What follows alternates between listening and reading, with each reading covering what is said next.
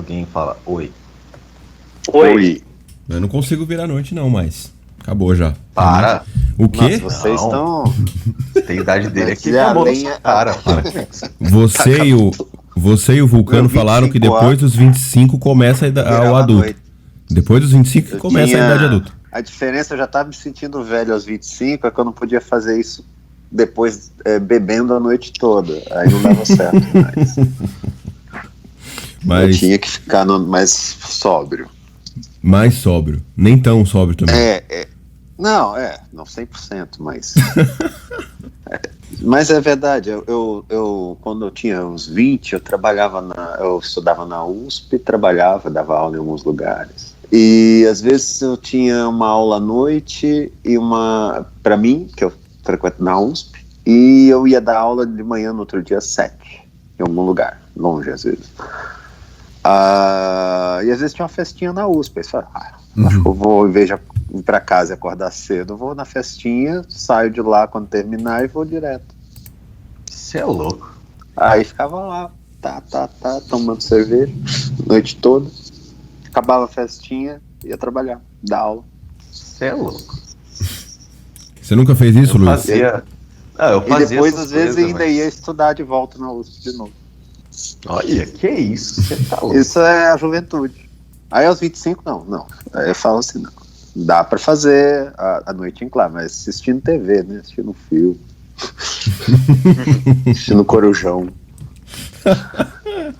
Assistindo jogo antigo na Cultura também dava certo. Não. TV... Eu tenho uma necessidade fisiológica de sono, que é uma coisa absurda. Eu preciso dormir mesmo, senão eu fico zumbi o dia inteiro. Não, isso aí já com 30 anos, aí eu fiquei desse jeito. Eu com 18 já tinha 30. Uma madrugada. Não, vocês, combustível de vocês já tá no tutado, já. Não, Vocês estão gastando rápido. Minha geração é estragada. A essência pelo da amor de vida Deus.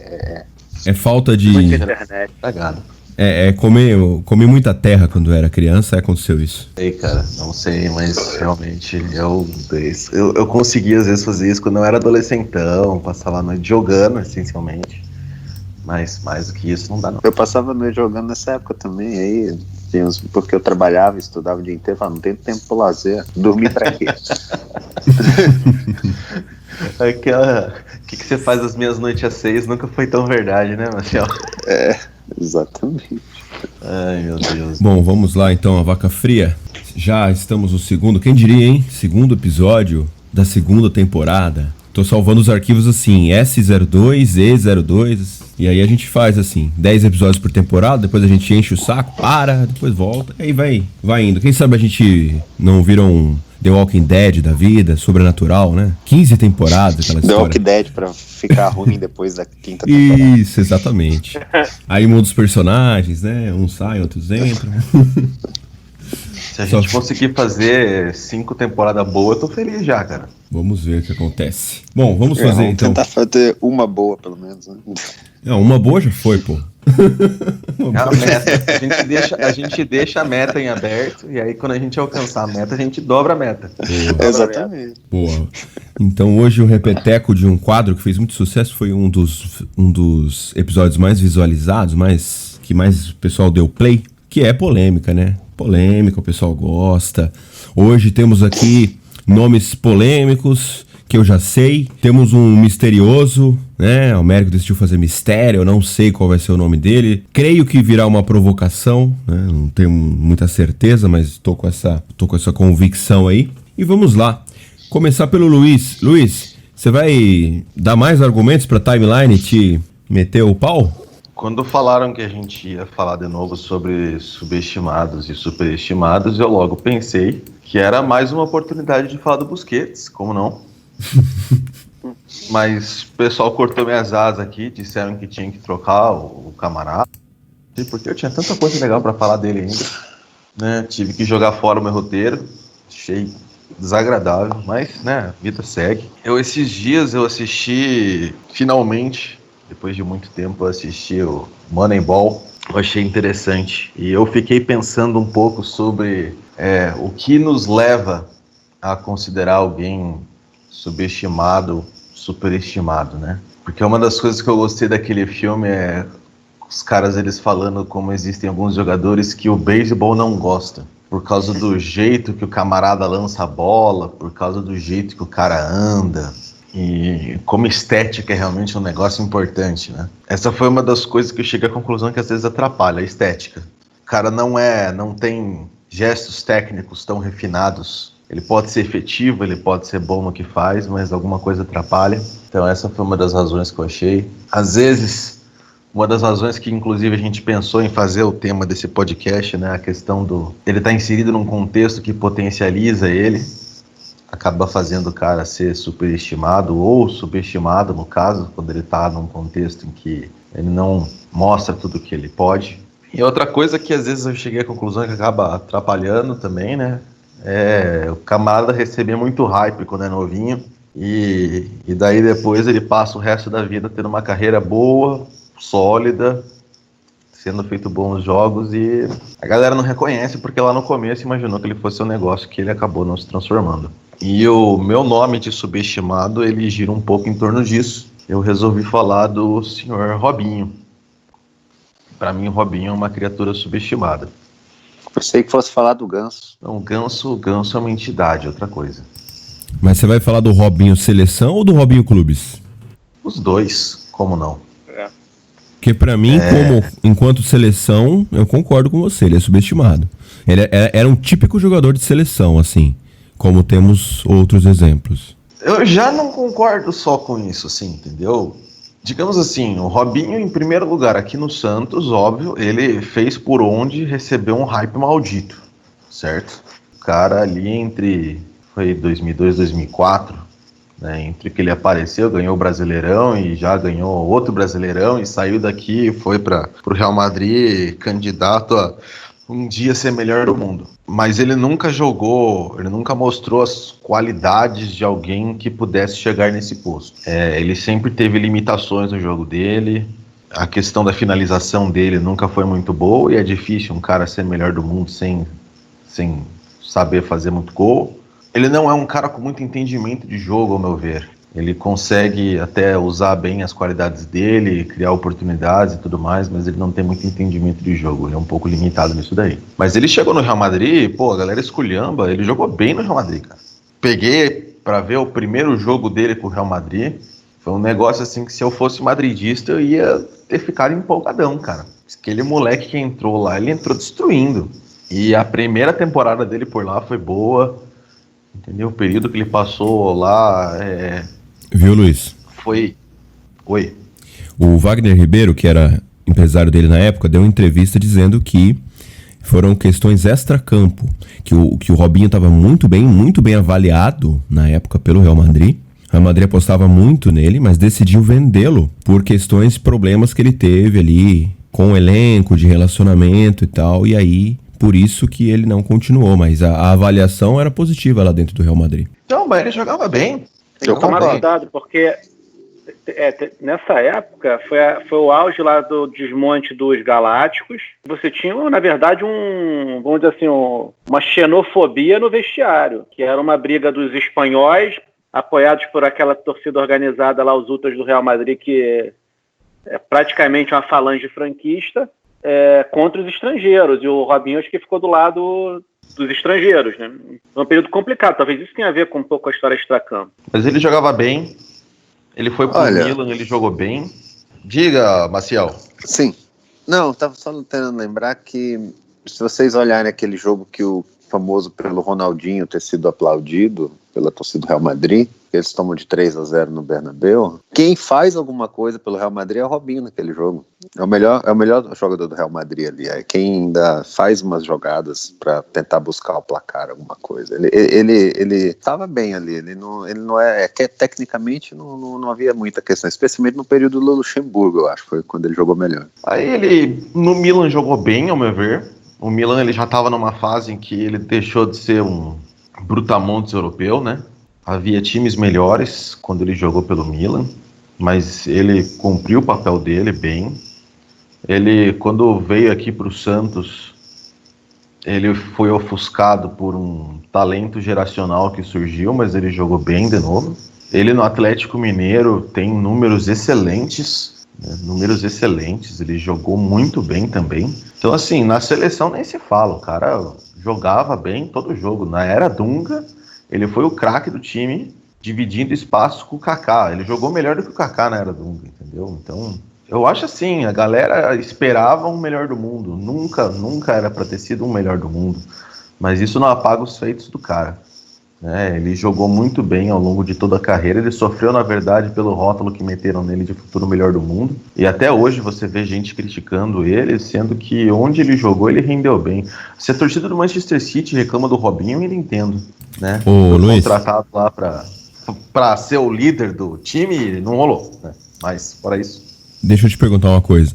Você não acha, né, e aos outros colegas da mesa, como diriam antigamente os radialistas, vocês não acham que há uma questão que o Robinho pegou uma transição em que na Europa você teve uma mudança tática hegemônica que até então você tinha a figura do segundo atacante, né?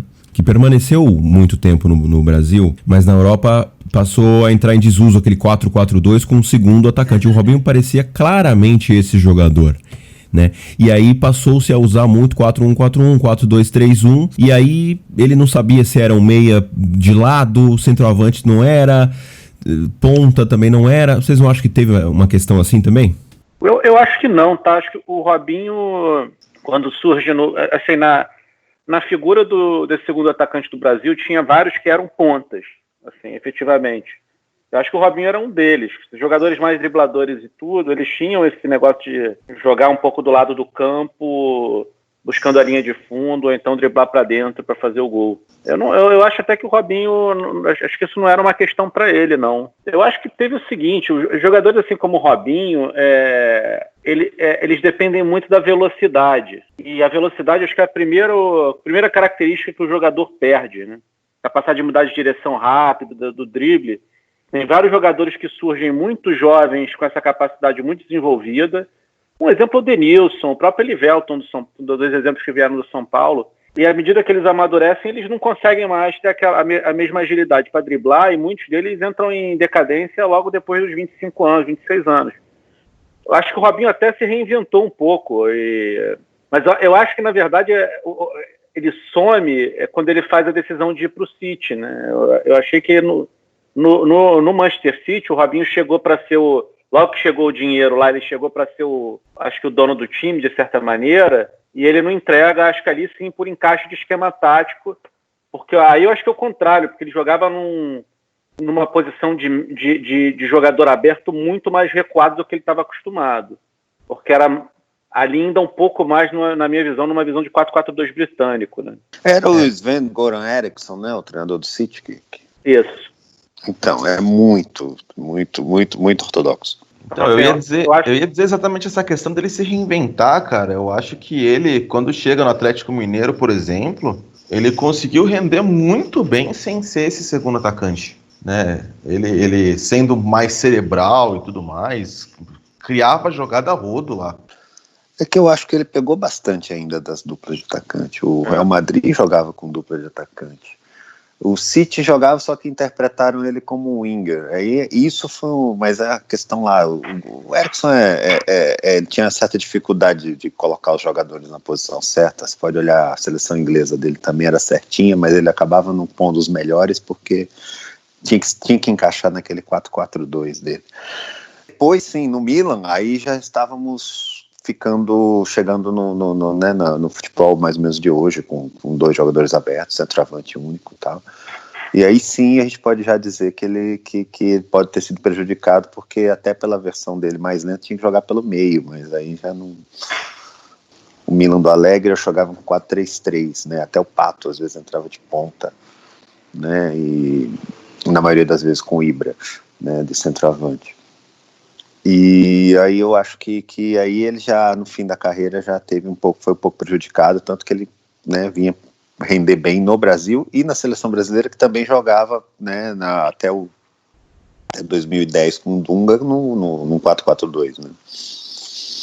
Então ele era um dos dois, então ele rendia muito mais. Ô Luiz, mas Concordo. pensando na questão do subestimado, Robinho subestimado, você acha então que ele deveria ter um reconhecimento maior do que teve? Deveria ter sido mais valorizado por torcida, por imprensa, por clubes, por todo mundo? Qual que é mais ou menos assim a sua visão de subestimado dele? É exatamente isso. A galera trata ele como se ele tivesse sido um fracasso. Você Eterna conversa... promessa. Exatamente. O Robinho, ele é encarado como um jogador que não deu certo. E ele deu muito certo. Ele, ao meu ver, na passagem dele na Europa, ele jogou na elite da elite, certo? Ele foi o jogador referência de um Real Madrid num período difícil, entendeu? Poxa, o cara, ele chegar num Real Madrid, um clube dos mais fortes do mundo, talvez o maior clube do mundo, ele ser a referência técnica do time em campo, não é para qualquer um. Ele conseguiu isso. Ele foi a liderança técnica de uma seleção brasileira que era seríssima candidata ao título. Em 2010, ao meu ver, era o maior candidato ao título, entendeu? Então, assim, o cara, ele tem conquistas que, se não se refletem em títulos, refletem o que o cara fez de fato. Ele chegou e mostrou que veio. Então, assim, não dá para ter essa visão de eterna promessa. O cara fez o que ele tinha que fazer. O problema é isso, o que esperavam dele. Não dava, não ia alcançar. Não ia alcançar isso, mas aí é problema de quem espera. É a mesma coisa, sim, né? Fazendo uma leve comparação, sem de jeito nenhum entrar na questão do nível, é a mesma coisa que eu vejo em alguns que hoje questionam o Neymar. Entendeu? Porque o Neymar não fez tudo o que tinha que fazer porque ele ainda não era o dono do Barcelona, porque agora ele tem gente que diz que ele tá ofuscado pelo Mbappé, entendeu? Tipo, olha o jogo direito, presta atenção no que tá acontecendo em campo, que você vai ver que, não, o cara tá fazendo o que se espera dele. O problema do Neymar, na minha opinião, é umas contusão na hora errada que atrapalhou, mas fora isso, tá fazendo tudo o que se espera. O Robinho seguiu essa linha. Ele fez o que se espera dele. As pessoas têm umas expectativas loucas, entendeu? Aí é com elas, mas ele fez o que se espera dele. Se bem que eu não acho que no caso do Neymar não é muito uma questão de expectativa, é mais de uma visão social, de má vontade que está se criando contra ele. Eu acho que o Neymar, quando saiu do Barcelona, ele já era, assim, pelo menos o segundo jogador mais importante do time. Não era o primeiro por questão mais de esquema tático, na minha visão. Que o esquema tático não ajudava, não favorecia em nada o Neymar. No PSG não tem nem o que discutir. Como está sendo ofuscado pelo Mbappé, o cara é dono do time. Só pode falar isso quem não vê jogo do PSG. Você vê um jogo do PSG, você vê o que acontece lá. O Neymar, pelo contrário, ele tá um jogador até muito à moda antiga. Ele pega a bola no meio campo, carrega no meio e depois vai para a área para concluir, né? Aí eu já acho que é um pouco assim injusto, porque o Robinho acho que foi um jogador que se esperava mais dele em termos do que ele podia entregar. Acho que sim, teve.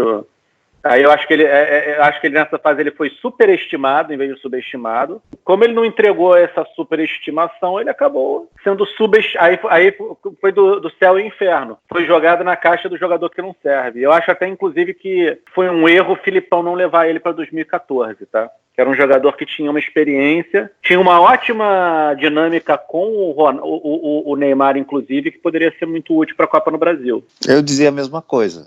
Robinho, Neymar, exatamente. O entrosamento também já era um fator a mais, né? E a outra que eu dizia também é assim: Neymar não tem o reserva. E Robinho não tem o nível, mas pelo menos tem moral, tem experiência, talvez ajudasse na ausência do Neymar, e sem saber que isso ia ser necessário. Gente, foi tanta coisa rara em 2014, nem vamos falar disso, velho. Ainda bem que não tem o tiozinho alemão aqui pra ficar jogando na cara. Entendi qual que é o tiozinho alemão que você quis dizer. Luiz, eu vou pedir pra você falar o seu superestimado, porque como infelizmente você vai se ausentar logo mais, se você fosse ficar até o fim, eu ia falar pra gente, cada um falar o seu subestimado e depois pra roda girar. Mas já que tem essa questão, fala aí o seu overhater. Então é o seguinte, eu vou falar de um jogador que, quando eu nasci, ele já estava aposentado. O que isso significa? Isso significa que eu não tive a oportunidade de acompanhá-lo semanalmente. O que isso significa? Isso significa que eu me baseei em alguns jogos que eu já vi dele, revi recentemente alguns jogos mais específicos com o objetivo de não ser injusto com o camarada, mas é realmente a minha opinião de que a gente está tratando aqui de um ser humano superestimado e que eu esclareço que era enorme, mas não tudo isso que dizem, ok? Então eu vou falar de Michel Platini. Por que Michel Platini era superestimado? Ele tinha muitas qualidades. Ele era um excelente finalizador.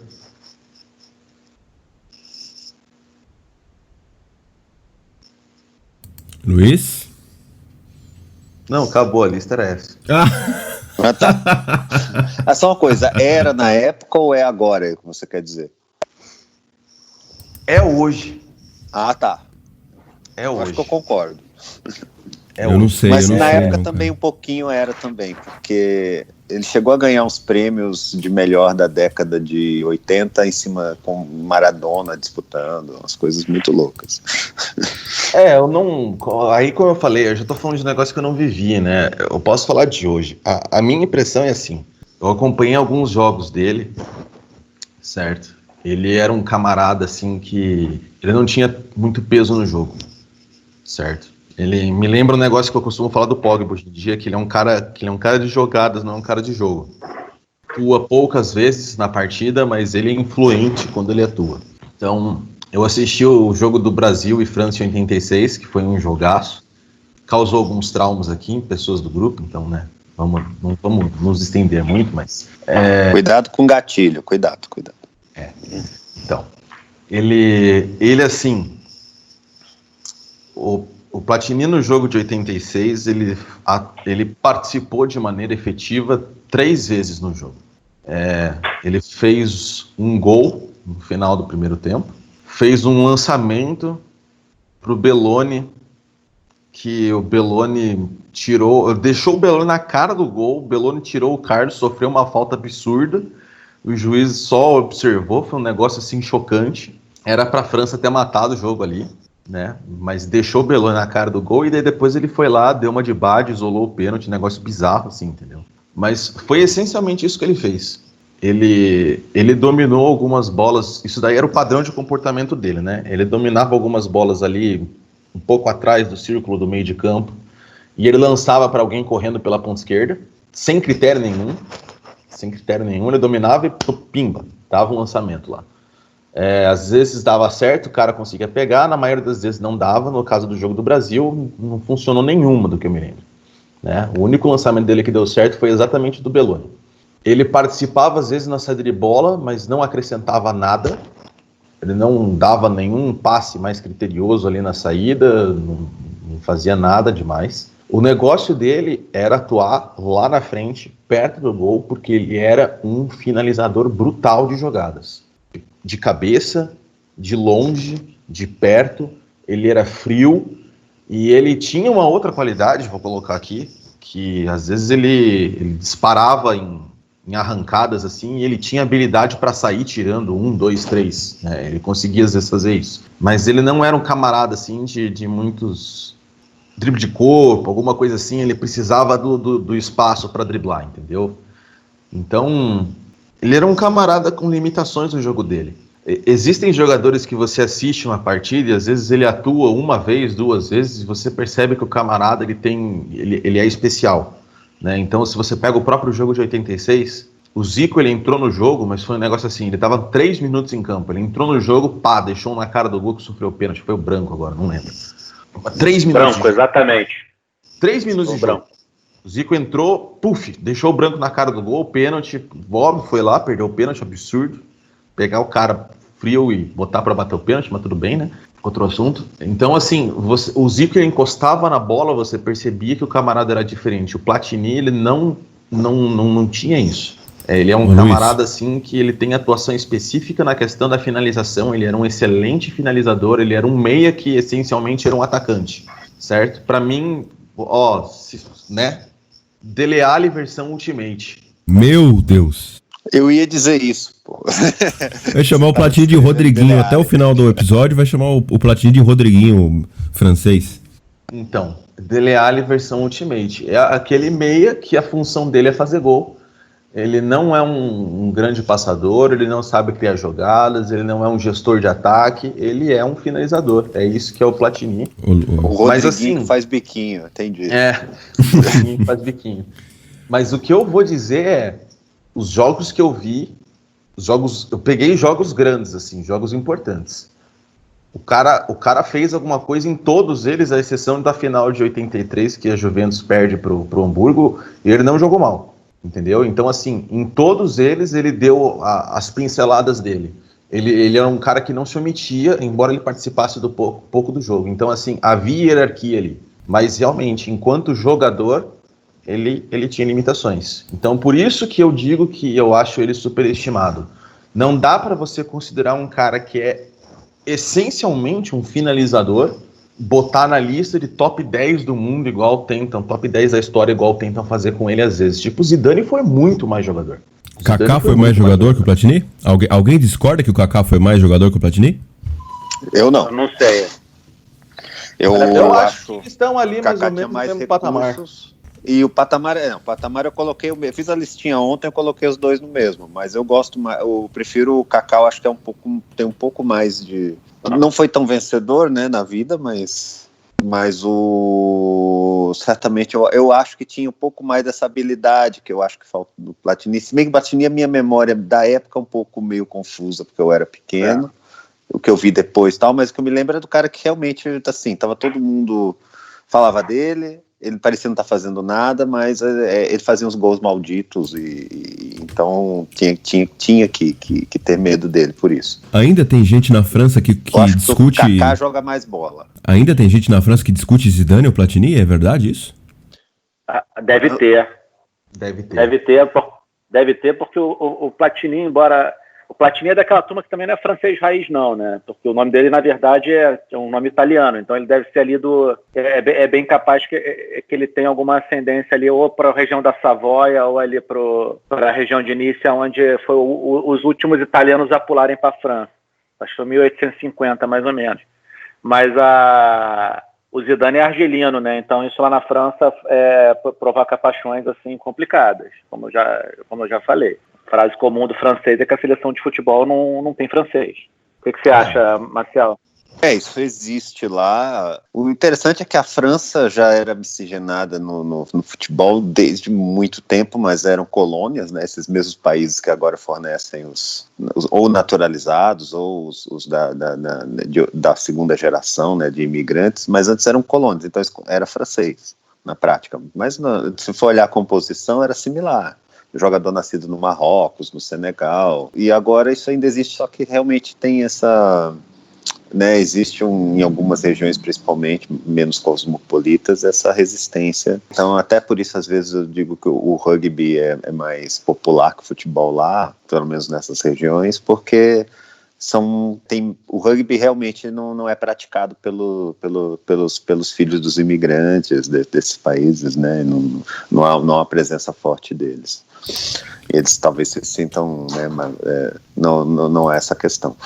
Mas, bom, na época que eu estava lá, o Zidane estava no auge, e sim, ele era tremendamente popular. Agora, realmente, eu não sei dizer, porque eu não achei digamos assim, alguém da idade que tivesse visto Platini para poder discutir um futebol naquela época. Eu falava ou com jovem ou com os senhores não falavam de futebol comigo. Então, eu não sei dizer como é que é a visão popular da comparação.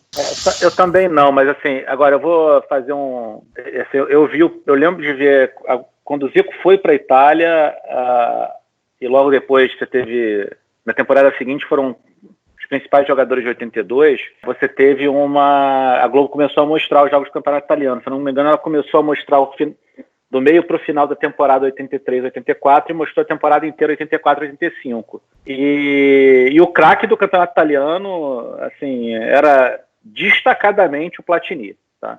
E a Itália já tinha ali, não era só uma questão de levar os craques de 82, ela tinha basicamente os melhores jogadores do mundo já na liga dela. Você tinha, ao mesmo tempo, como eu já falei, Zico, Platini e Maradona, que eram os três maiores jogadores do mundo naquela época, assim, sem dúvida, Os três, assim, brilhavam de uma maneira que nenhum outro. Tinha o Rummenigge jogava lá, o Boniek, polonês, jogava lá, Falcão e Cerezo na Roma, o Edinho jogava com o Zico na Udinese. Quer dizer, era um festival dos melhores jogadores do mundo. E o Platini era, sem dúvida, nessas 2 temporadas ele foi o melhor jogador, mesmo a Juventus indo mal na temporada 84-85, que é até quando tem o jogo lá do desastre Heysel, no final da temporada, que eles são atropelados pelo Hellas Verona, terminam que foi uma surpresa, assim, meio... O vice-campeão foi o Torino do Júnior, e a Juventus termina em 6º, e a Udinese lá embaixo porque o Zico se machucou. E, além de tudo, teve aqueles problemas do Zico lá com a questão do físico que levaram ele de volta para o Brasil. Mas a temporada anterior, 83-84, foi uma que o Zico e o Platini disputaram gol a gol a liderança. Acho que até o Zico ali tem mais mérito, que jogava num time muito ruim, mas o Platini era o melhor jogador, e assim, eles mostravam nos gols do Fantástico toda semana, e ele era fazia um monte de gol e fazia um monte de golaço. Então, assim, não dá para muito descartar ele como um jogador realmente que marcou a época. Ele foi um cracaço, jogava na liga mais forte do mundo e era o melhor jogador daquela liga, era o dono da liga. E no time dele jogava o Paulo Rossi, ele fazia mais gol que o Paulo Rossi. Não, mas, cara, ele fazia gol pra caramba. Eu tava vendo a Euro de 84, que eu ainda vou assistir ela inteira, certo? Vou assistir ela inteira, assistiam alguns jogos, eu vou assistir ela inteira, porque dizem que é o torneio do cara.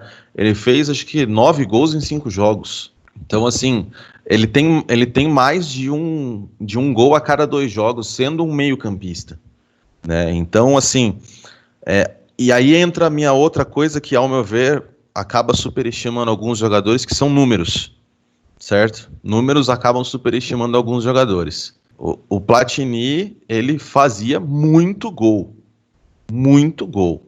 entendeu? Agora, se você for além disso, aí que a coisa complica, velho. Só um detalhe que na época era comum o ponta de lança ser artilheiro, tá? Muito comum. É isso que eu ia falar. O Zico fazia tantos gols ou mais gols que o Nunes. Na verdade, ele era responsável praticamente por todos os gols que ele fazia, mais os que o Nunes fazia no Flamengo. E isso era bastante comum, o ponta de lança. Tanto é que o jogador que mais fez... 2 jogadores dos que mais fizeram gols na história, que são Pelé e Puskás, eles eram efetivamente ponta de lança. O Pelé era um ponta de lança, todo mundo sabe, e o Puskás, ele vinha de trás, como que era um inside forward na posição que virou ponta de lança. Viu? Tem uma... Sim, isso é normal. Talvez, eu acho que o ponto do Luiz é que era gol, mas não tinha tanto digamos assim, dos rivais da época, né? O Zico e o Maradona, a criatividade, né? Tem uma coisa só. Ele até tinha um pouco, mas não era o mesmo nível, não. O Zico e Maradona são jogadores, para mim, top 10. Os dois. E o Zidane também tinha criatividade, então, nessa comparação. Então... Sim, mas aí tinha bem menos cheiro de gol. Tinha menos, sem dúvida. Zidane não tinha tanto, principalmente semanalmente. O Zidane, o cheiro de gol aparecia quando precisava. No dia que os outros não iam resolver, aí ele fazia 2 gols na final da Copa do Mundo. As coisas estranhas aconteciam. Champions League. Essas coisas, uns acidentes. Tem uma coisa do Platini que é interessante. Assim, 82 e 86 são 2 Copas que eu vi muitos jogos. E assim, eu tenho uma coisa meio metódica de colocar campinho, fazer campinho, escolher o melhor jogador do mundo, né? O Man of the Match, essas coisas assim. E da seleção francesa, por incrível que pareça, tanto em 82 quanto em 86, mais em 82, eu tenho vários jogos aqui que eu escolhi o Tigana e o Giresse, que eu acho que são jogadores excelentes, pouquíssimo comentados, que jogaram uma barbaridade naquela época. E assim, na maioria dos jogos eu via esses jogadores jogando melhor que o Platini, né? Então, na seleção francesa, realmente fiquei com uma impressão de que talvez o Platini não fosse tão protagonista assim como o Zidane era. Mas na Juventus, os jogos que eu vi dessa época, eu costumava, anos 80, futebol italiano é um prato cheio para quem gosta de jogo antigo, porque é como o Américo disse, né? Você vai colocar lá, você vai jogar Udinese contra Juventus. Olha o tanto de jogador, né, que você vai colocar. Se você quiser assistir Roma e Juventus, né? Napoli depois. É um festival de craque histórico, né? E aí sim, eu realmente... Aí eu me empolguei com o Platini. Aí eu falei, não, isso aqui é um caso pra top 20 do mundo, sim, o cara era... E aí, tem uma coisa, eu não lembro exatamente quem, não sei se foi o Rivelino que fez essa comparação, eu acho que foi o Rivelino, que disse o seguinte, que falava justamente dessa questão do camisa 10, do camisa 10 que tem mais essa alma de ponta de lança e menos de armador, que às vezes engana um pouco o fato dele não ser... não ter toda aquela criatividade de um enganche argentino, por exemplo, de um Riquelme da vida, mas estar muito mais orientado com o gol. E aí ele comparou com o Leivinha. E eu achei uma comparação muito interessante, que o Leivinha também era um meia, né, um ponta de lança, que fazia gol, assim, que tava na área em todo lance. Ele tocava muitas vezes a bola pro ponta e corria pra área cabecear. Era um exímio cabeceador. E o Platini também tinha isso, fazia muito gol de cabeça, como o Luiz falou. Então eu acho, você tava falando do beisebol, do Moneyball, né? Acho que tem isso também, questão de estilo, né?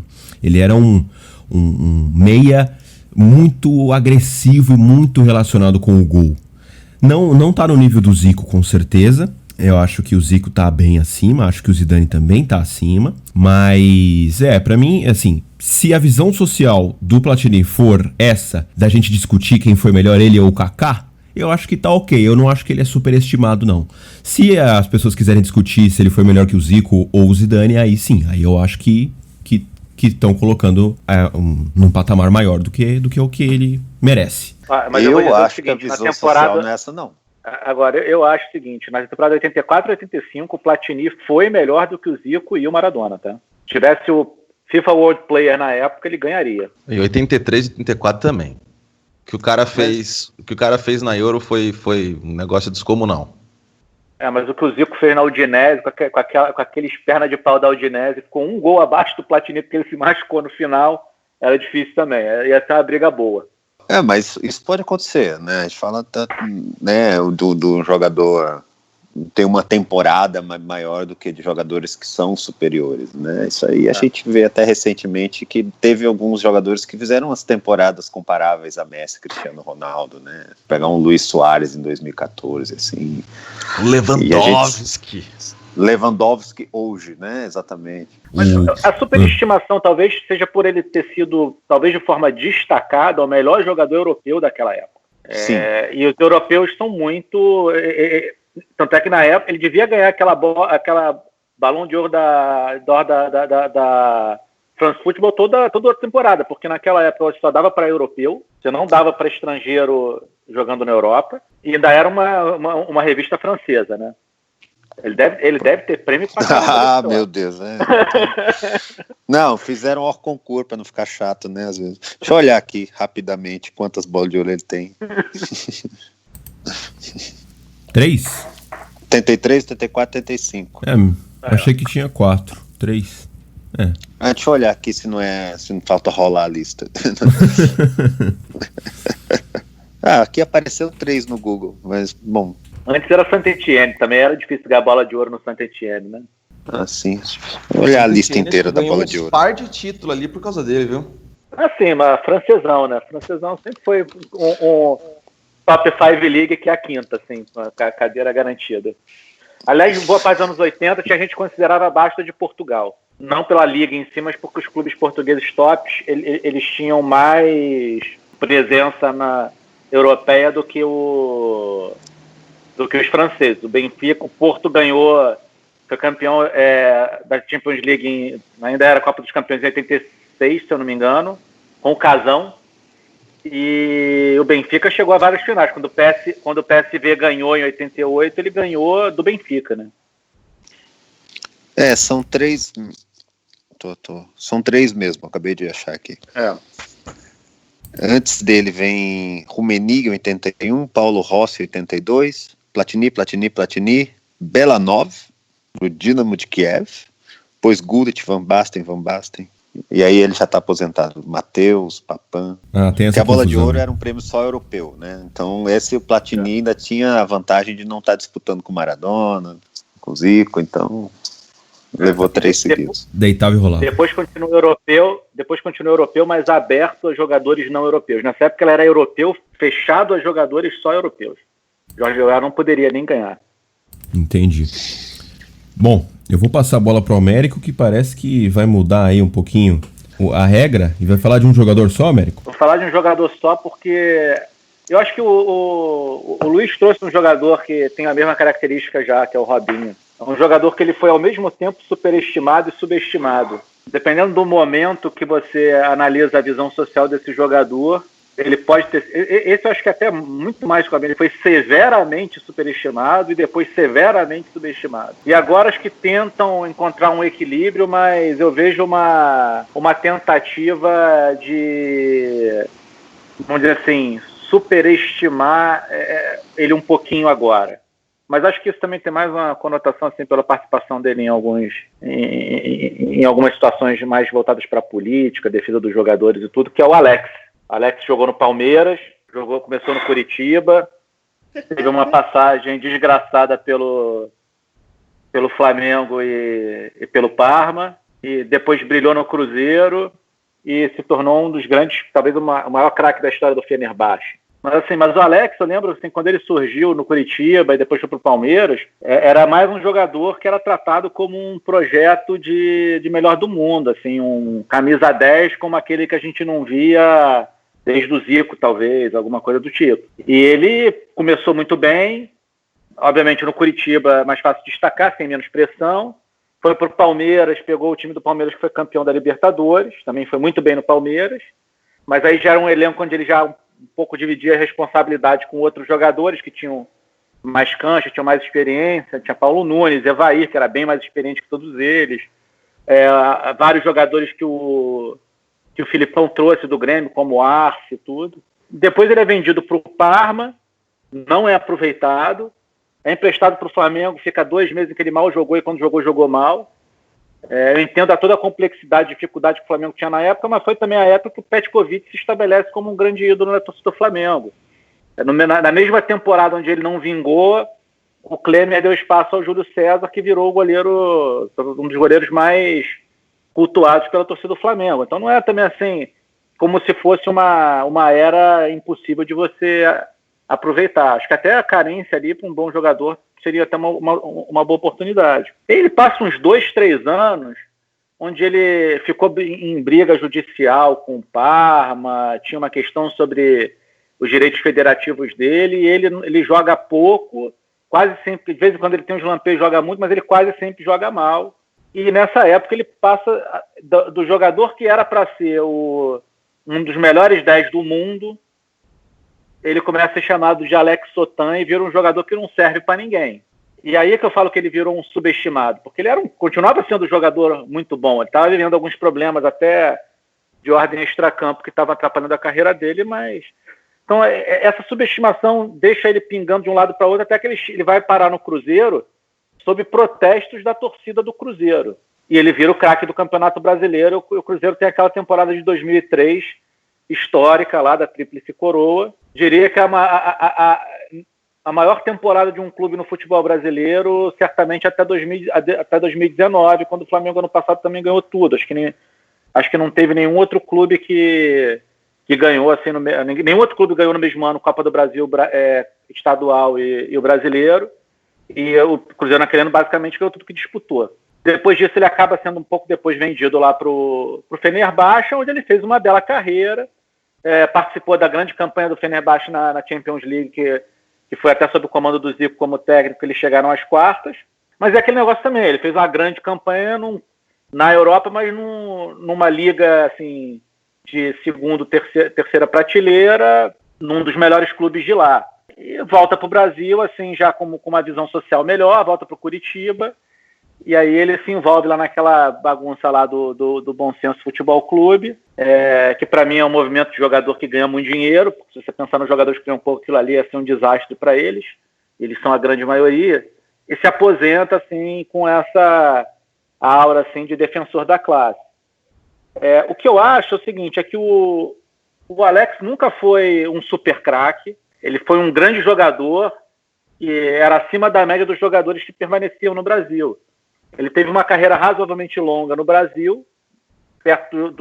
Na época dele, os jogadores assim, mais destacados já começavam a sair muito cedo. Ele era até para sair cedo, mas ele teve problemas lá e não foi aproveitado. E acabou no amadurecimento fazendo uma carreira bastante boa na Europa, mas numa liga de segunda importância. Então, assim, você vê muita gente hoje dizendo, porque o Alex tinha que ter ido para a Copa tal, o Alex, assim, teve discussão do Alex não ir para a Copa? Teve, mas não foi, assim, em 2002, ninguém ficou assim, que desastre, o Alex não foi para a Copa. Não foi.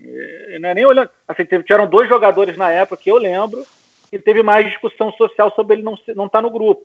Um foi o Djalminha, que deu uma cabeçada no treinador. O Djalminha tinha feito algo digno de nota na época, que foi levar o La Coruña ao título espanhol. E o outro foi o Romário, que aí eu acho que também era um pouco de forçação de barra. O Romário já estava numa fase que fisicamente era complicado manter ele na seleção, mas ele continuava fazendo gol pra caramba.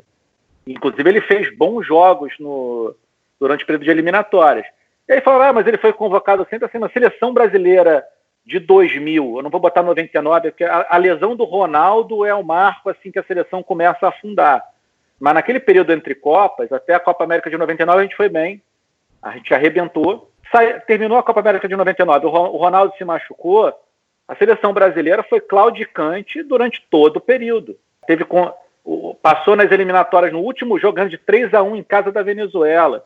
A gente talvez não lembre, mas assim, ganhar de 3-1 da Venezuela em casa era um fracasso. O Brasil, em 93, nas eliminatórias de 94, foi vaiado porque deu de 4-0 na Venezuela. Então, assim, tem que entender um pouco. Eu acho que ele não foi esse jogador todo, que agora tentam fazer em retrospecto. Ele foi um grande jogador a nível nacional, mas não foi um craque dominante, e nem foi um jogador na época, até hoje ele seria titular da seleção, mas na época tinha jogadores melhores do que ele. A gente tinha o Ronaldinho Gaúcho, tinha o Kaká, na minha visão eles são melhores que o Alex. E para mim o Djalminha na época era melhor do que o Alex, até porque era mais velho, mais experiente. Então, assim, eu não vejo a justificativa assim para o Alex, para olharem para trás e dizerem que o Alex foi um injustiçado, que isso e aquilo. Acho que não foi. Ele foi um jogador, assim, eu acho que as chances que ele teve na carreira foram do tamanho do futebol dele. Foram um pouco também do que ele construiu na carreira dele. E eu acho que ele se mostrou, de certa forma, eu acho que aí impactam o fracasso no Flamengo. A seleção brasileira nunca foi um lugar onde ele se deu super bem. E os fracassos na seleção, ele acabou sendo meio taxado, talvez até com alguma razão, de ser um jogador que não aguentava assim, a pressão de você brilhar num negócio com uma grande visibilidade. Que tudo bem, lá na Turquia eles são super apaixonados, mas é a Turquia, né? Não tem a mesma visibilidade que tem nem ser ídolo no Brasil, nem ser ídolo na Europa, muito menos ser ídolo na seleção brasileira.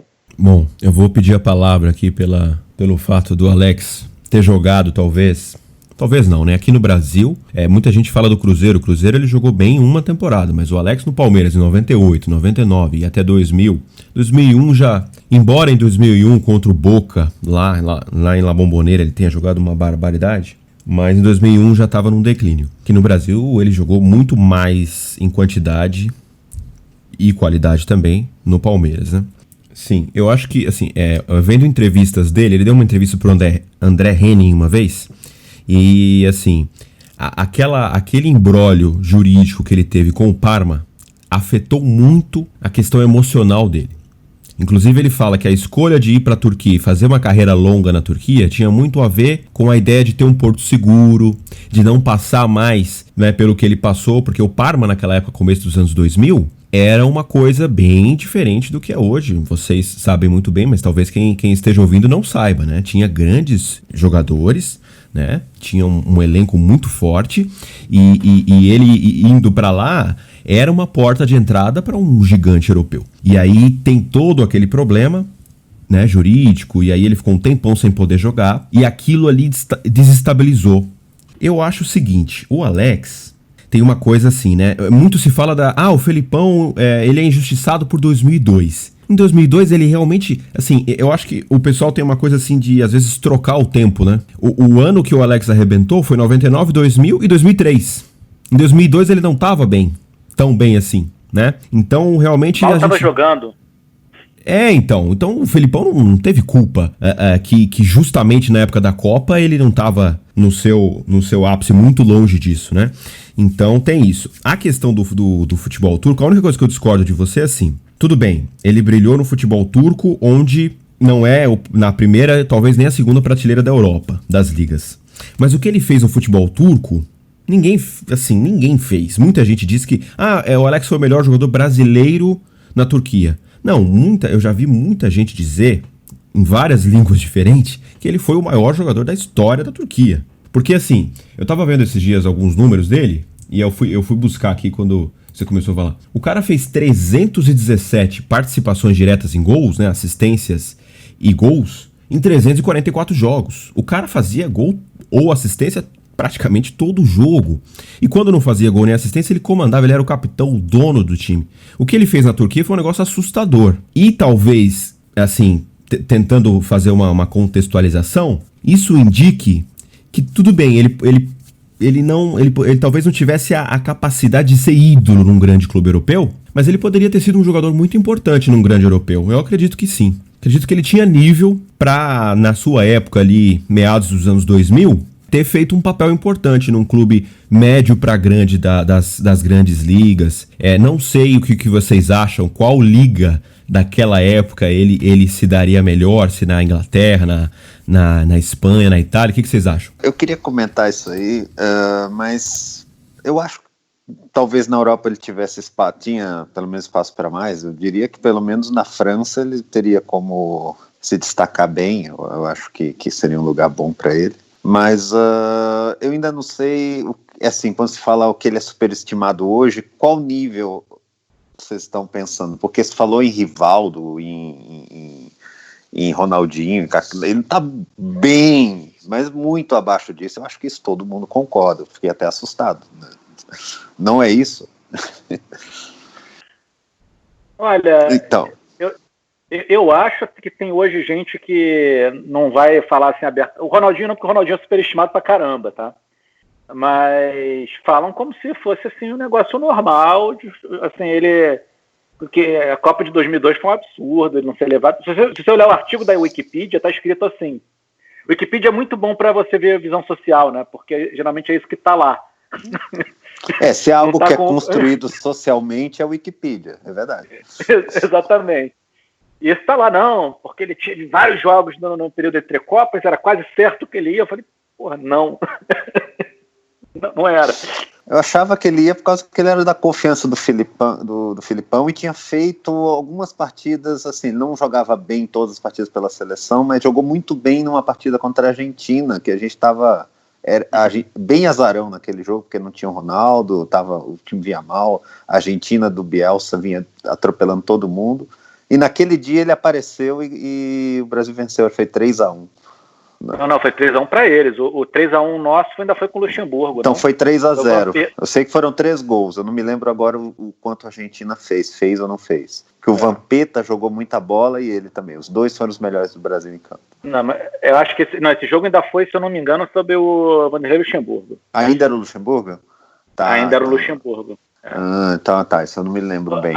Mas esse jogo a gente não tinha Ronaldo, não. A gente tava meio... Eu queria dizer que eu senti muita falta do Alex em 2006, francamente. Sério? Assim, ele iria no lugar de quem?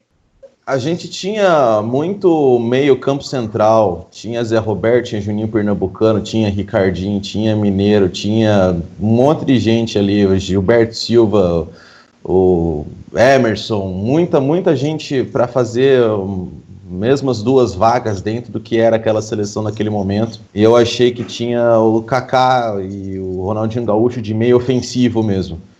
Então eu senti falta do Alex ali naquele elenco de 2006 e era um momento bom para ele lá no Fenerbahçe. Então senti falta. Só uma coisa assim, que Ricardinho e Juninho também já poderiam jogar ali. Exatamente. Entre Ricardinho de 10 e Alex de 10, por favor, né?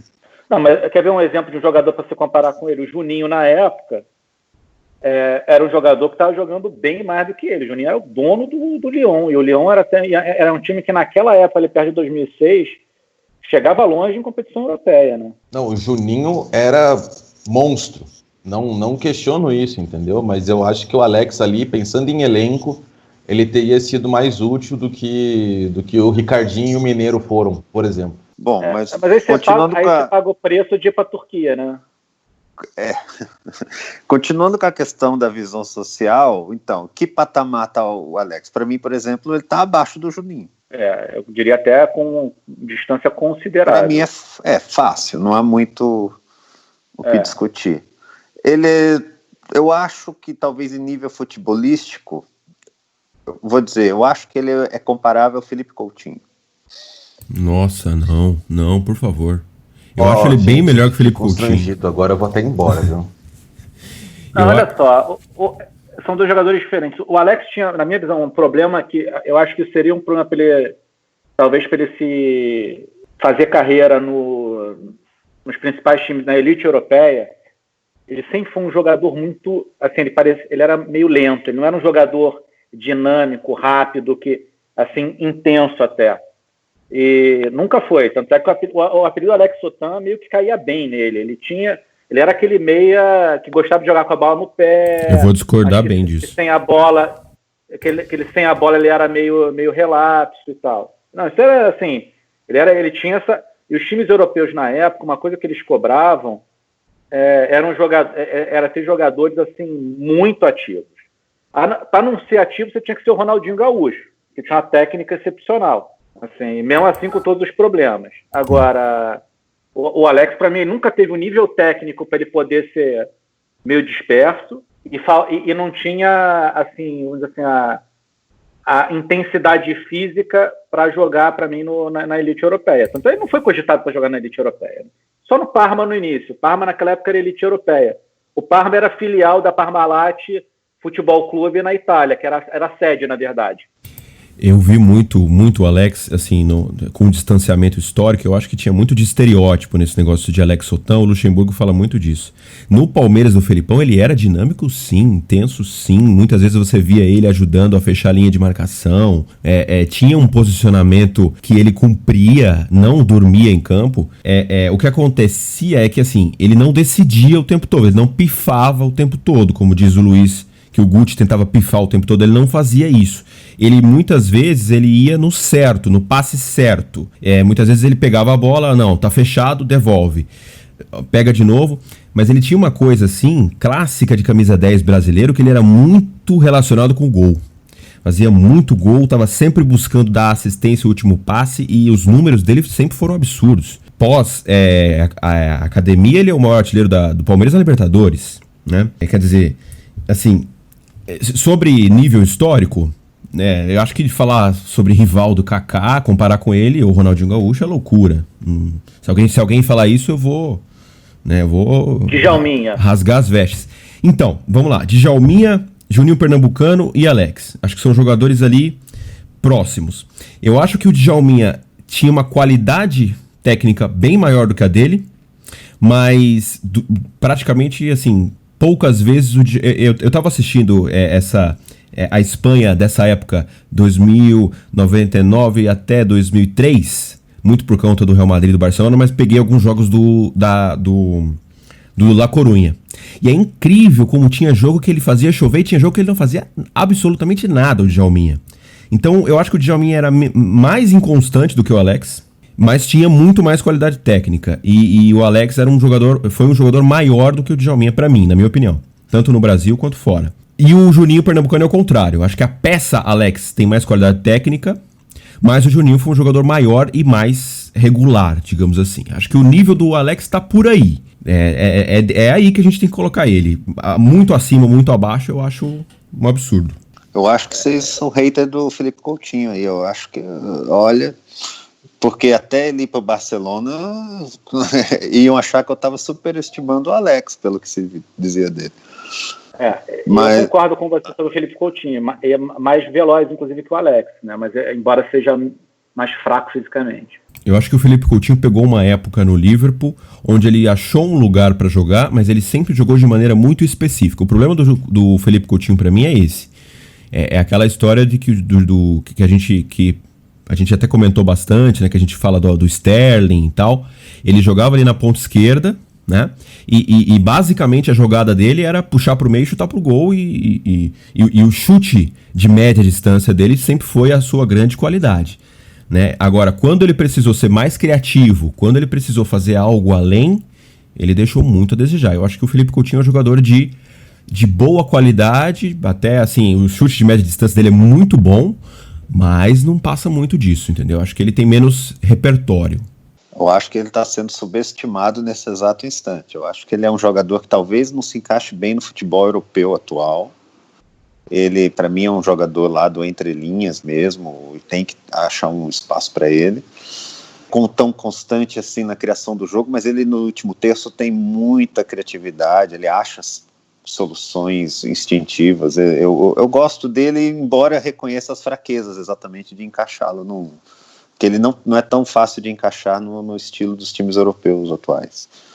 Mas na seleção do Tite, por exemplo, nas eliminatórias, ali mostrou, mesmo vindo pelo lado direito, que era o contrário, né, para o Neymar pegar o esquerdo, ali ele mostrou, foi o segundo melhor ali, com bastante, né, chegou até em alguns momentos, né, digamos assim, ser tão perigoso quanto o Neymar, digamos assim, naquela seleção brasileira. Eu não acho que ele era tão ruim, só que sim, é um jogador que tem menos, e é exatamente isso que eu estou dizendo do Alex. O Alex também era um jogador que tinha umas qualidades muito fortes, mas que para você explorá-las, ele tinha que estar naquele lugar certo, o time feito em torno dele, ele, né, jogava ali, e havia coisas que ele não ia fazer. Então, realmente não era esse jogador para ser dominado, né, da elite mundial, mas sempre poderia ser um time médio ser o grande jogador do time médio, como foi o que ele acabou sendo na Turquia, ou num time brasileiro, né? Eu diria, na campanha da Libertadores de 2000, ele foi, sim, ali foi para mim o que eu melhor vi do futebol do Alex, porque o Palmeiras já não tinha um grande time, e ele Júnior e Galeano levaram o negócio nas costas. Ali Alex jogou demais, mas mesmo assim eu diria, num contexto em que ele era o destaque do time. Maciel, a bola é toda sua. Opa, começar com o subestimado, que eu digo assim, eu vou falar do jogador em atividade, e que agora está num período para mim sempre foi um pouco subestimado, talvez em algum momento não, mas na hora que estava brilhando, mas pelo menos desde 2018 para cá ele não tem recebido, tudo bem que agora até está num momento difícil, mas ele tem sido jogado como abaixo, eu acho, do que a prateleira que ele pertence na visão social, que é o Antoine Griezmann, né, que para mim foi o craque da Copa 2018, para começar, e, né, Luka Modric, Mbappé, meio que eu via os comentários por aí e tal, e tipo, vocês não estão vendo quem o cérebro, né, quem está realmente dominando esses jogos e fazendo todo mundo jogar, não está sendo cantado. E eu acho que ele fez um movimento ruim de ir para o Barcelona, que aliás é similar ao Felipe Coutinho, meio que você deixa de ser a estrela de um bom time para tentar disputar vaga lá né, num time galáctico, mais dominado pelo Messi, e aí você depende, né, de como você vai se encaixar. Tudo no Barcelona funciona em qual é a sua relação em relação ao Messi, você se entrosa bem com o Messi ou não se entrosa bem com o Messi, então fica uma coisa... Tem duas posições no Barcelona só, ou você é o Messi ou você trabalha pro Messi. Exato. Então, aí chega um sujeito que é canhoto, gosta de ir da direita para o meio, armar o jogo, aí você fala, bom, a minha posição melhor é aquela, não, tem um baixinho ali que não vai sair, então ele vai ter que se encaixar em outra. E o Barcelona está com a mania de contratar clones de Messi, né, ou pelo menos se você vê as especulações, e o Griezmann é um pouco disso também, né, é um jogador com características similares, não tem os dribles do Messi, mas tem visão de jogo, inteligência, aparece nos lugares certos, enxerga os companheiros, dá passes para gol e é mortal na frente do gol. Ele é uma espécie de enganche minimalista, né? Porque ele não gosta muito de fazer jogadinhas individuais, de ficar muito tempo com a bola, toca sempre de primeira, mas ele sempre, especialmente na seleção francesa, onde ele é usado, né, do jeito que gosta mais de jogar, com dois atacantes na frente dele e com liberdade para circular um pouco mais, ele põe o time para jogar. Ele e o Pogba na seleção francesa fizeram chover. Só que é uma dominância discreta dos jogos, exatamente porque ele não faz jogadas complicadas, ele joga muito simples, né? Mas é um jogador que se chega na frente do gol é muito frio. Estavam falando né, do Platini. Isso é uma grande qualidade também que o Griezmann tem. O Griezmann, ele pode estar até mal no jogo, mas sobrar uma bola na frente do gol, a finalização geralmente é muito tranquila. Ele é um sujeito que, se sai um contra um goleiro, é gol. Tem jogadores que são muito bons de chutar uma bola num toque só, né, finalizam bem, mas se sai uma bola frente a frente com o goleiro, que tem aquele jogo mental do goleiro ele sai, tem tempo, já não são tão bons assim. O Griezmann não, o Griezmann é tranquilo. Ele vai lá, vai jogar o corpo para um lado, ver o que o goleiro faz, vai jogar a bola do outro e vai ser muito fácil. Então, e é um jogador que geralmente não entra na lista nem dos, 5 melhores do mundo, e para mim ele tem estado até chegar ao Barcelona, que agora realmente ele está jogando meio que improvisado sempre, não consegue, né? É algo que está acontecendo agora. Aliás, vários jogadores de muito talento vão ficar menores, talvez, historicamente, nesse período, do que deveriam, porque está acontecendo dos super times acumularem talento e algum ficar subutilizado. E o Griezmann, né, jogadores que seriam líderes de projetos bons e competitivos, como o Griezmann vinha sendo no Atlético de Madrid, acabam virando lá opção ou coadjuvantes em super times, e às vezes são obrigados a jogar trabalhando para uma outra estrela maior, né? A gente pode falar também do Gareth Bale, que é um baita de um craque também, que poderia dominar vários projetos um pouco menores que o Real Madrid, e acabou tendo teve seu brilho, né? Teve umas suas temporadas de brilho, mas acaba sendo hoje um reserva num projeto gigante por bastante tempo, então acaba na memória coletiva ficando menor do que de fato o futebol que ele jogava. Griezmann, eu acho que agora com o Barcelona pode vir a ser a mesma coisa, mas eu considero que é um grande jogador, um baita de um craque, e depois dos ETs, eu diria que ele é o melhor humano a jogar futebol hoje. Olha só, Marcelo, assim, eu concordo, quase tudo que você falou. Eu discordo um pouco até dessa visão do Bale, porque o Bale está num projeto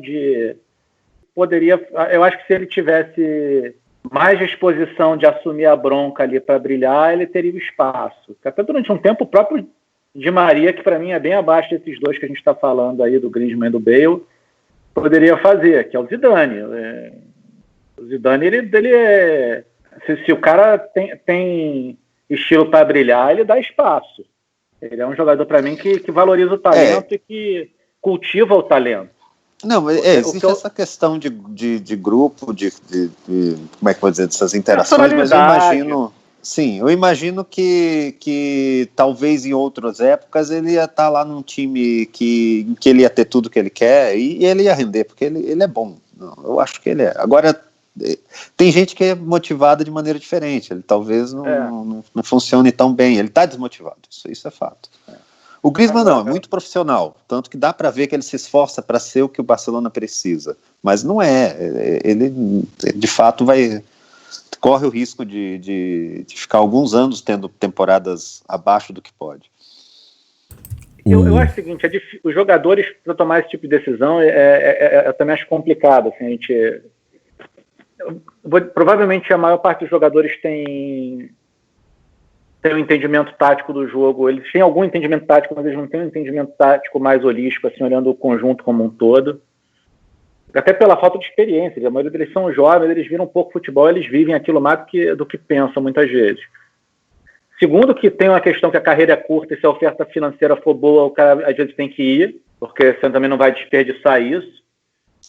Minha crítica não é tanto ao jogador. Agora, eu acho que o problema ali do Barcelona é um problema de projeto de clube de maneira geral, a gente já falou isso aqui algumas vezes. Eu acho que o jogo de posição do Barcelona se tornou uma coisa maior do que o clube, e não é verdade isso. Não tem um contínuo de jogo de posição desde que o Mitchell chegou até o Guardiola. Não é isso que é o Barcelona. Ele teve sim, isso é uma bobagem, mas é uma história que está se contando lá dentro que parece que é verdade. Sim, mas o que eu falo por exemplo, não é só Bale também o outro exemplo, posso falar do Rames, por exemplo, que eu acho que é um belo jogador também, que vai ser coadjuvante nesses super projetos, em vez de ter um time para brilhar. Isso nos anos 90, esses jogadores provavelmente talvez não fossem tão, né, não iam levantar essas taças que eles levantam do banco de reservas, talvez, não tantas, mas talvez teriam alguma campanha liderando um projeto menor. Aí a grana na época a outra, né, também, isso faz diferença. Sim, e às vezes esses jogadores a gente acaba talvez não se desenvolvendo 100% ou não mostrando tudo que podem fazer. Eu acho que Rames, por exemplo, era um prospecto também de ser um craque e tal, que a gente ia ver mais, mas ele acaba tendo aqueles brilharecos. Foi bem no Bayern de Munique, mas depois voltou para o Real Madrid, é o quê? É opção de banco. Só para tentar situar o Griezmann historicamente, né, na nossa época, só para citar outros 2 jogadores franceses, que eu tenho muita dúvida de ranqueá-los. É assim, como que vocês ordenariam Benzema, Griezmann e Ribéry? Ribéry e Griezmann, não tenho dúvida. Eu acho um pouco acima do Benzema, os dois, apesar que o Benzema agora está jogando fino. Mas o Benzema como centroavante. Acho que Ribéry, eu penso que tinha uma questão muito da criatividade, voluntariedade, embora tecnicamente ele era habilidoso, mas não tão técnico quanto... É um patamar igual, eu acho. É uma questão mais de preferência, às vezes, eu diria, tá? Eu diria que o Ribéry foi certamente... Eu acho que eu coloco na frente, depois Antoine, depois Benzema, mas é um patamar próximo, eu acho. Eu diria que em realização o Ribéry na frente, mas eu acho que em técnica o Griezmann dos 3 é o melhor. Não, sem dúvida, tecnicamente o Griezmann é o melhor dos 3. É que o Ribéry tinha uma criatividade a mais, eu acho que ele... É uma questão psicológica, né, de tentar de pegar a liderança de certos jogos, então que eu coloco também. Tenho o Benzema, o patamar é próximo, mas eu tenho a preferência pelo Antoine também, porque eu acho que tem qualidade, digamos assim, são diferentes, né? Mas eu acho que o Antoine ainda é um pouquinho superior e é o mais técnico dos 3. Se fosse para comparar Pode falar, Américo. Eu acho, por exemplo, uma comparação que você fez durante a Copa com o Mbappé, que tudo bem, é muito jovem, mas acho que o Mbappé está numa linha de superestimação do que ele é, do que ele pode ser também. Assim. Ainda é cedo para dizer, mas eu acho que estão vendo no Mbappé mais do que ele consegue entregar. É minha visão, tá? Eu vejo algo assim também, que ele tecnicamente às vezes falha. Exatamente. Ele é muito rápido, ele é um jogador que tem uma capacidade boa de finalização, mas ele parece ter assim como falou lá o Luiz quando falava do Robinho, ele tem uma dificuldade de entendimento do jogo, para mim, o Mbappé.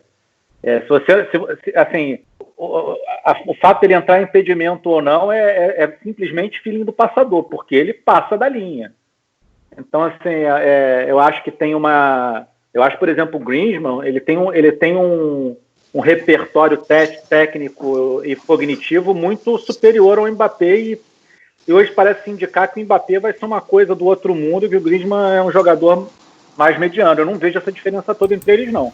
Eu nunca sei se essa questão do Mbappé não tem muito a ver com o fato dele ter estourado muito novo, que com 17 anos ele já tava... E assim, com 17 anos, o cara ser polido tecnicamente e é só coisa de Maradona, Pelé, Messi, né? Talvez, não sei, com o passar do tempo o Mbappé consiga ter uma fineza maior do gesto técnico, mas eu também acho que o Mbappé é muito mais de romper, de velocidade, de buscar, né, aquela bola à frente da linha defensiva, nas costas da zaga, do que um jogador mais criativo e tal. Mas eu acho que ele vai melhorar muito essa questão de polidez técnica ainda. Muito, muito jovem, né?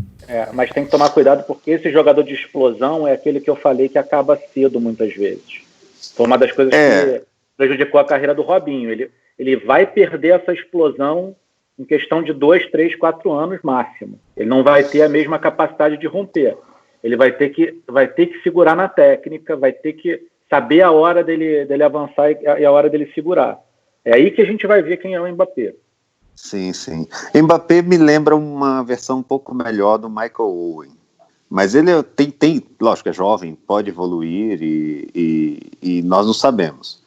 E em termos de nível puro de jovem, para mim ele está no nível do que apresentava o Cristiano Ronaldo. Só que isso não é sinal de que ele vai ser o Cristiano Ronaldo. Porque se tem um jogador que entregou 200% da expectativa, é o Cristiano Ronaldo. Então, ninguém se torna tão bom, embora o Cristiano Ronaldo fosse um prodígio jovem, ninguém esperava que fosse tudo isso.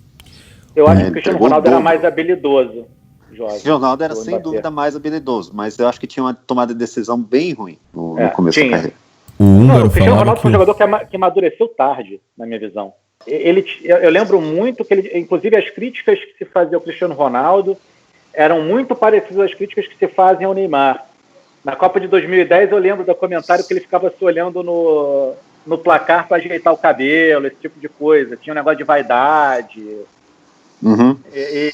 E depois, aí já perto dos 30 anos é que ele se torna o jogador assim, dominante que ele se tornou. Boa evolução quando o Mourinho vai para o Real Madrid, ele se torna um finalizador de menos toques, ele passa a segurar menos a bola e já tem ali uma evolução. E depois, mais tarde, ele ganha a hierarquia absoluta dos grandes jogos e aí se torna o que é hoje. Eu acho que são 2 momentos assim, que tem no Cristiano Ronaldo.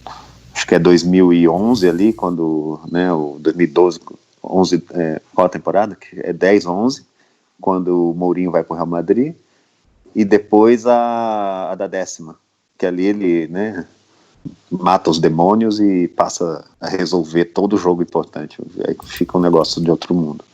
Ô Maciel, antes de você falar o seu superestimado, que talvez seja para o público jovem a maior polêmica do dia, é só uma questão sobre o Barcelona que vocês estavam falando, da questão dogmática do jogo de posição. O último grande jogo que eu vi do Barcelona, e há muito tempo eu não via um jogo desse nível do Barcelona, não me lembro, que foi contra o Villarreal, né, no começo do mês, que foi um jogo que o Quique Setien abandonou um pouco essa ideia de um jogo tão dogmático, tão metódico, tá? Não sei se vocês viram, mas jogou o Messi como uma espécie de enganche, um 10 clássico ali, à frente de uma linha de 3, claramente ele Busquets, Vidal e Sérgio Roberto, então foi praticamente um 4-3-1-2, né? O Messi não jogou de falso 9, jogou de 10 mesmo, jogou mais recuado porque o Luis Suárez e o Griezmann jogaram por dentro, ao pé trocado, o Griezmann na direita e o Luis Suárez na esquerda. E aí a amplitude quem davam eram os laterais, mas nem sempre ao mesmo tempo, como acontece com o Liverpool. Em alguns momentos me parecia até que eles estavam fazendo diagonal defensiva. Eu olhei assim e falei, não, peraí, eu não quero ver um Luxemburgo aqui, mas é parecido. E foi um jogaço. O Messi deu 2 passes para gol, um pro Griezmann e outro pro Suárez. E no final o Ansu Fati entrou e fez um gol também. E a fluidez, assim, esses 3 jogando por dentro ali no corredor central, eles acharam muitas soluções pro Barcelona. Talvez... não sei se o Quique Setien vai conseguir, mas se ele forçar um pouquinho nessa ideia dos 3 ali por dentro, e aí os outros que se virem para dar amplitude, para dar profundidade, para, enfim, para marcar, mas os 3 ali por dentro eles vão achar soluções, porque é muito talento junto, né? Embora o Suárez já esteja no crepúsculo da carreira. Eu não vi esse jogo, eu perdi. Só fiquei surpreso com o resultado, que eu esperava que o Villarreal arrancasse os pontos do Barcelona, pelo que eu tinha visto o Villarreal, o Barcelona estava mal. Quero ver agora, fiquei curioso, mas eu acredito mesmo que, por exemplo, a maneira de encaixar jogadores que são meio similares, sem prejudicar tanto um deles, é num sistema mais solto, em que eles vão procurar um espaço, dividir o espaço de uma maneira mais intuitiva e uma solução que eles acabam encontrando naturalmente. Né? Senão você vai colocar um na posição preferida e o outro fora dela. Aí não tem jeito se você jogar posicional. Já o Barcelona também sinto que falta um rompedor. Isso não tem jeito. Eu acho que tem uma questão aí aquela história do funcional com o posicional. O posicional, ele... quando você tem jogadores assim muito bons, que tem um repertório muito grande, o posicional vai restringir alguém.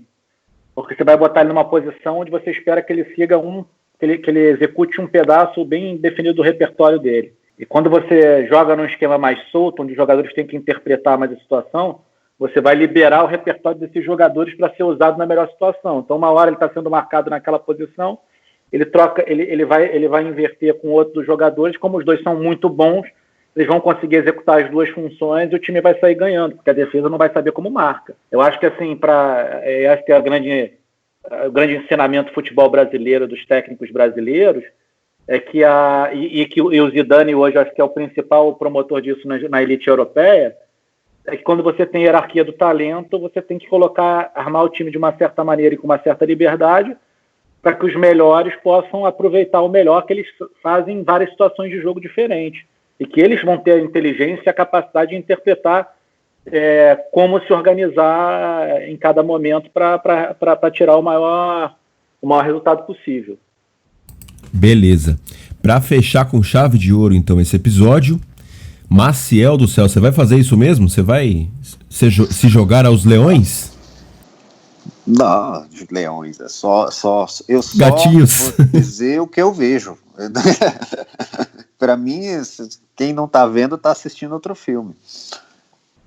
O meu superestimado quem me conhece sabe, né, do também Atividade, um jogador que tá na boca do povo aí, famosíssimo, é o Virgil van Dijk.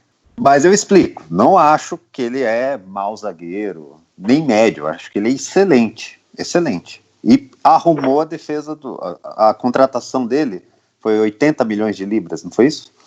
Foi. No final, acho que ele já pagou esse dinheiro, não discuto também esse ponto. Foi o zagueiro mais caro da história no momento, não sei se até agora ainda é, mas o Maguire passou, o Maguire foi 90 milhões de libras. Que é um jogador do nível similar, eu acho.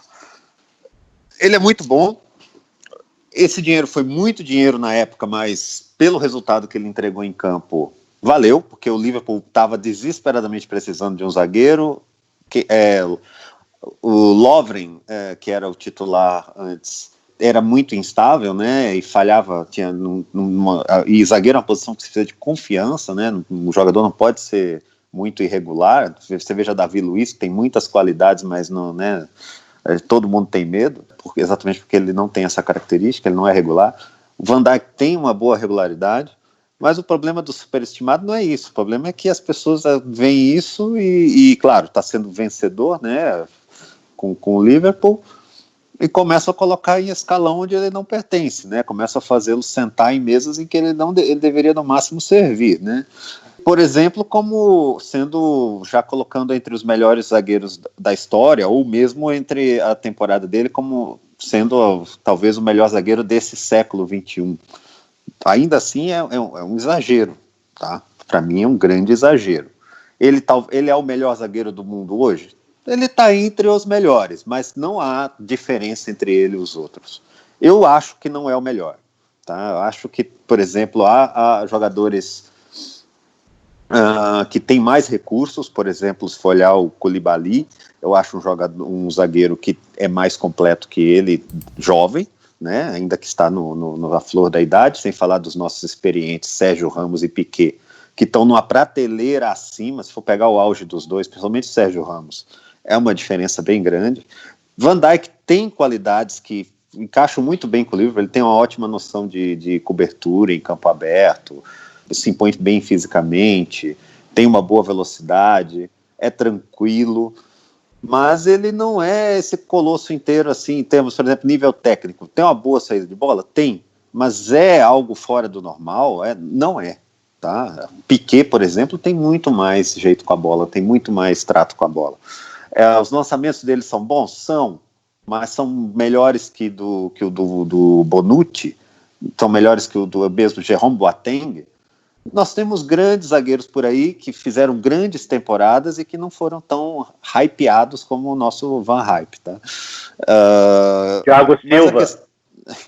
Thiago Silva, para mim, é um jogador, para mim é superior, tá? No auge. Thiago Silva é um sujeito que jogou com Davi Luiz por muito tempo e com o Thiago Silva, Davi Luiz parecia muito melhor, porque as falhas do Davi Luiz eram automaticamente consertadas e ninguém via. Thiago Silva é um grande zagueiro, que tem alguns defeitos também, especialmente a questão de que às vezes faz umas besteiras em jogo grande, mas é muito bom e muito consistente, joga num nível muito alto, por muito tempo, e não é tão reconhecido. Esse é um subestimado, talvez, Thiago Silva. Mas o Van Dijk, exatamente, o que eu vejo é isso, é um bom zagueiro, um excelente zagueiro, num grande time, mas que é um time que funciona muito bem para usar suas qualidades e não expô-lo nos seus problemas. Se você quer ver o verdadeiro nível individual do Van Dijk, não veja jogos do Liverpool, veja jogos da seleção holandesa, que funciona pior, o expõe mais, aí você vê que ele é um bom zagueiro, mas é um zagueiro humano. E na Holanda é ele um joga... zagueiro que tem deficiências. Na Holanda ele joga ao lado de outro superestimado. Ah, sim. Tem o jovem, né? De Ligt, né? Que é o Mbappé da zaga, segundo um perfil do Twitter conhecido. Mas eu não vou falar desse ainda, vamos guardar para outros programas. Sim. Van Dijk é o meu superestimado. Queria saber os comentários de vocês. Quer ir, Américo? Eu vou. Olha, eu vou começar. Eu concordo.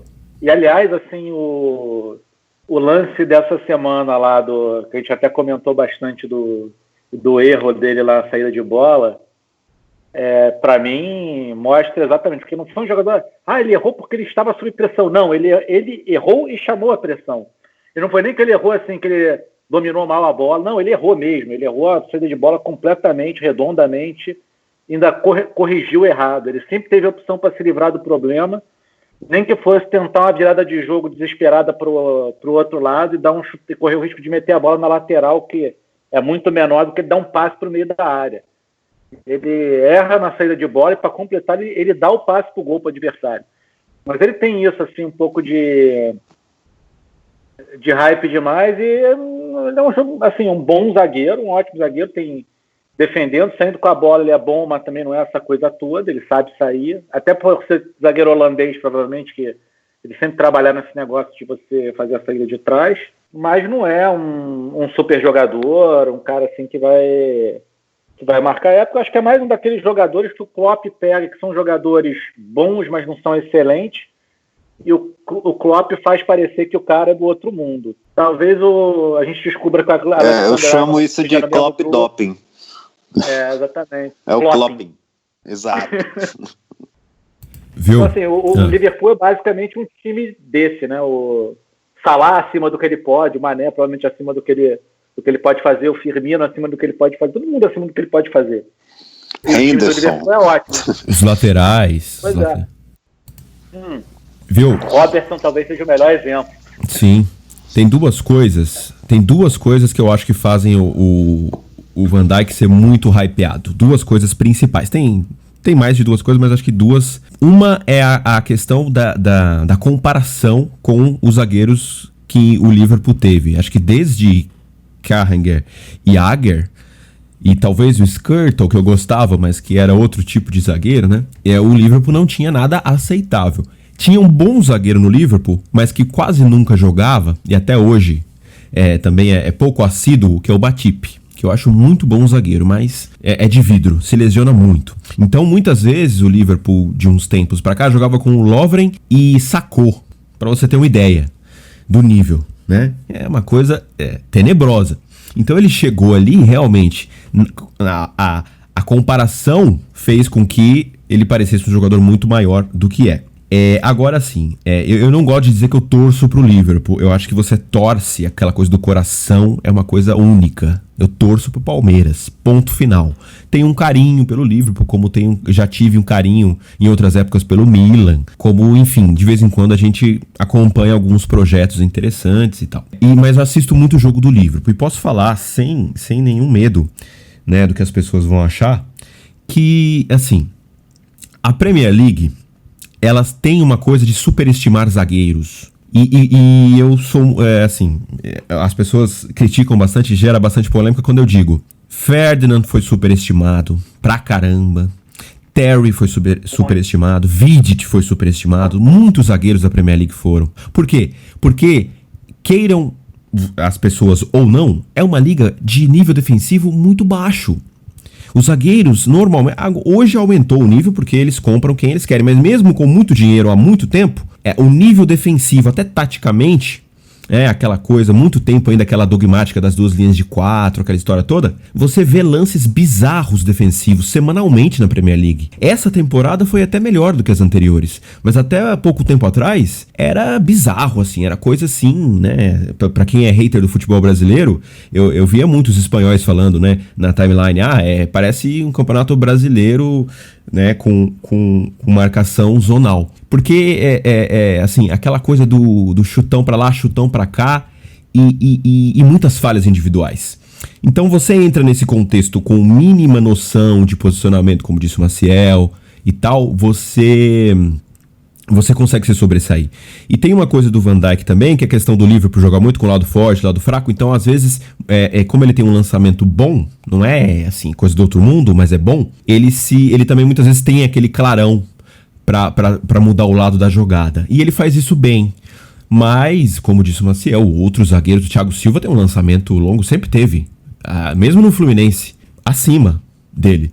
Né? Então, é isso. Eu acho que ele teve uma tempestade perfeita. Ele teve um alinhamento de planetas, né? A Premier League, o contexto do Liverpool, o Klopp, que fez ele se elevar a esse nível tão alto, que não pertence a ele. Sim. Todo esse negócio da defesa em zona na Inglaterra, eu acho até que isso é um pouco consequência deles terem abraçado demais esse modelo de defesa que é 100% coletivo, né? Que as defesas se movem quase que como uma coreografia ali, se mexendo com as duas linhas de 4, fechando. Esse tipo de defesa, se um jogador perde a concentração e comete um erro, ele tira a referência de todo mundo, né? Que na verdade a referência não é exatamente o espaço, é onde está o jogador mais aberto do outro time, é onde está o seu jogador mais próximo que tem que encurtar. Então, se um deles sai de posição, todo mundo meio que desanda. E na Inglaterra eu vejo eles errar quando esse erro ocorre, geralmente desastroso. Você não tem alguém compensando ali, tentando preencher o espaço. E aí eu concordo que os zagueiros sofrem muito ali nesse ambiente. Fora que eles ainda jogam com muita bola alçada na área, né? Que também é um negócio que é meio desconfortável para qualquer zagueiro, mais do que no futebol espanhol. Também. Na Premier League é uma liga de transições, então muitas vezes a dupla de zaga fica exposta, né? Então os caras estão sempre, né, no fio da navalha, né? E exatamente com esses treinadores que fizeram os times mais, como eu vou dizer, mais consistentes, né? Que estão dominando agora a Premier League, né? Com o Guardiola e tal, os zagueiros estão tendo uma vida mais fácil nesses times. Pelo menos quando o time está acertado, né? Às vezes quando, por exemplo, o Guardiola, até acertar o time, os zagueiros sofriam muitas críticas. E agora, na verdade, acabaram as críticas porque o time está funcionando bem. Tem um negócio engraçado que esse negócio que você falou, a Premier League era uma liga de trocação, né? Se a gente falar na linguagem do MMA. Era assim, o cara pegou a bola, joga para frente, primeira, segunda bola, ataque, e não tinha muito negócio de nem os times top. Talvez o único fosse o Arsenal do Wenger de chegar tocando. E agora não, isso mudou muito a característica da liga. Eu concordo, os zagueiros dos grandes times estão tendo vida mais fácil lá. Antes era bem difícil a vida deles. Não, era bem complicado. E é isso que eu digo. Alguns jogadores de ataque, eu acho, antes eram um pouco até talvez superestimados quando jogavam na Premier League, porque deitavam e rolavam nessas transições. Eu lembro, para mim o mais icônico foi a ida do Juninho Paulista para o Middlesbrough, que ele jogava no São Paulo, e ele passou de jovem reserva, que é, digamos, super substituto, assim, que entrava, melhorava no jogo, virou titular, mas era considerado bom. No Brasil ninguém tinha não havia nem sequer se falava em melhor jogador do Brasil ou nada parecido. Não, um cara bom que joga no São Paulo, bom jogador, respeitado. Vai pro Middlesbrough, Pelé Branco, o apelido. Aí, meu Deus, aí arrebenta e realmente é considerado sempre um dos melhores do campeonato, seguida mesmo num time que luta para não cair. Então, nisso foi, né, nisso que isso me chamou a atenção. E eu vi depois isso em alguns outros jogadores que se aproveitavam muito bem, né, dessa liga com espaços para transição e tal, mas esse assim, jogo muito direto. Discordando um pouquinho, eu acho que alguns zagueiros, dependendo do estilo, aquele zagueiro rebatedor, que se... O Vidic, por exemplo, que tinha números de eles chamam de... Clearances, exatamente. Ele era muito bom nisso. A gente chama o quê? De afastamento? Não sei como a gente chama em português. Rebatida. Exatamente, rebatida. Esse zagueiro rebatedor, ele tinha um patamar elevado também. Porque era basicamente o que você tinha que fazer. Então eu acho que os zagueiros mais clássicos, mais técnicos, poderiam ser subestimados nesse contexto. Mas outros não. Eu acho que muitos outros zagueiros também foram subestimados. O zagueiro inglês tinha que dominar o jogo aéreo. Ali o principal é só o Campbell. Esse é a planta do zagueiro perfeito para a Premier League antiga. Campbell. Exatamente. Amigos, outro episódio longo, mas acho que ficou bem dinâmico, a gente trocou bastante ideia, acho que vai ficar bem agradável para o pessoal ouvir. E vamos lá para mais esse domingo. Falou, amigos, abração. Abraço. Abraço. Falou.